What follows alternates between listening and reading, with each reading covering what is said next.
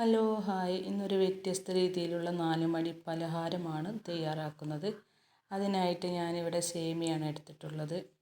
നമ്മളെ അളവ് ഈ ഒരളവാണ്. അപ്പോൾ ഈ എടുത്ത പാത്രത്തിൻ്റെ 2 പാത്രം വെള്ളം ഒഴിച്ച് കുക്ക് ചെയ്യുക എന്ന രീതിയിൽ. വെള്ളം തിളച്ച് വന്നൊരു സമയത്ത് സേമിയ നമുക്ക് അതിലോട്ട് ചേർത്ത് കൊടുക്കാം. ഇനി ഒരു കാര്യം പ്രത്യേകം ശ്രദ്ധിക്കേണ്ടത്, ഇതിൻ്റെ ഒരു ഹാഫ് വേവാകുമ്പോൾ നമുക്ക് തീ ഓഫ് ചെയ്യാം. എന്നിട്ട് ഒരു അരിപ്പ പാത്രത്തിലേക്ക് ഊറ്റാം. ഇനി നമുക്കത് തണുത്തതിന് ശേഷം മറ്റൊരു പാത്രത്തിലേക്ക് മാറ്റാം. എന്നിട്ടൊന്ന് സ്പൂൺ കൊണ്ട് തട്ടി കൊടുക്കാം. ഇനി നമുക്കിതിലേക്ക് ആവശ്യമായ 2 ടേബിൾ സ്പൂൺ മൈദപ്പൊടി, പുളിയില്ലാത്ത 2 ടേബിൾ സ്പൂൺ തൈര്, സവാള ചേർത്ത് കൊടുക്കുന്നുണ്ട്. മീഡിയം സൈസിലുള്ള 2 സവാള. ഇനി നമ്മൾ അതിലോട്ട് ചേർത്ത് കൊടുക്കുന്നത് പച്ചമുളകാണ്. ആവശ്യത്തിന് മല്ലിയില ചേർത്ത് കൊടുക്കുന്നുണ്ട്. ഉപ്പ്, 1/4 ടീസ്പൂൺ മുളക് പൊടി എന്നിവ ചേർത്തൊന്ന് മിക്സ് ചെയ്യാം. എന്നിട്ട് ലേശം ഒലീവ് ഓയിൽ ചേർത്ത് കൊടുക്കുന്നുണ്ട്.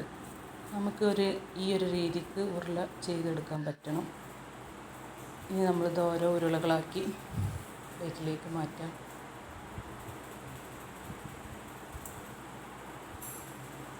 എല്ലാവരും ഒന്ന് ട്രൈ ചെയ്ത് നോക്കുക. നല്ല ടേസ്റ്റ് ഉണ്ട് കഴിക്കാനായിട്ട്. ടൊമാറ്റോ സോസൊക്കെ വെച്ച് കഴിക്കാനായിട്ട് നല്ല ടേസ്റ്റ് ഉണ്ട്. കുട്ടികൾക്ക് വളരെ ഇഷ്ടമാവും.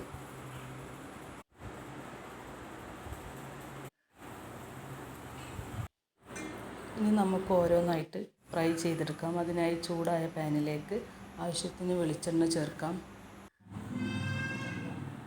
ഇനി ഓരോന്നായി ഫ്രൈ ചെയ്തെടുക്കാം.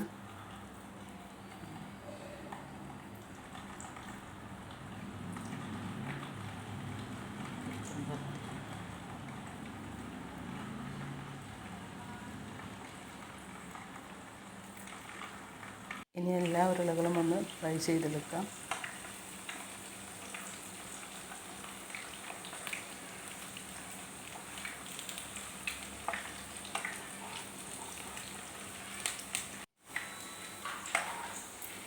ഇനി എല്ലാ ഉരുളകളും ഇതുപോലെ ഫ്രൈ ചെയ്തെടുക്കാം.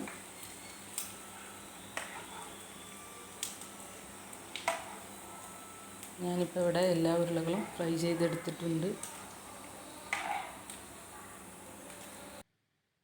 എല്ലാവരും ഈ ഒരു രീതിക്ക് ട്രൈ ചെയ്ത് നോക്കുക. അടുത്ത വീഡിയോയുമായി വരുന്നത് വരെ ബായ്.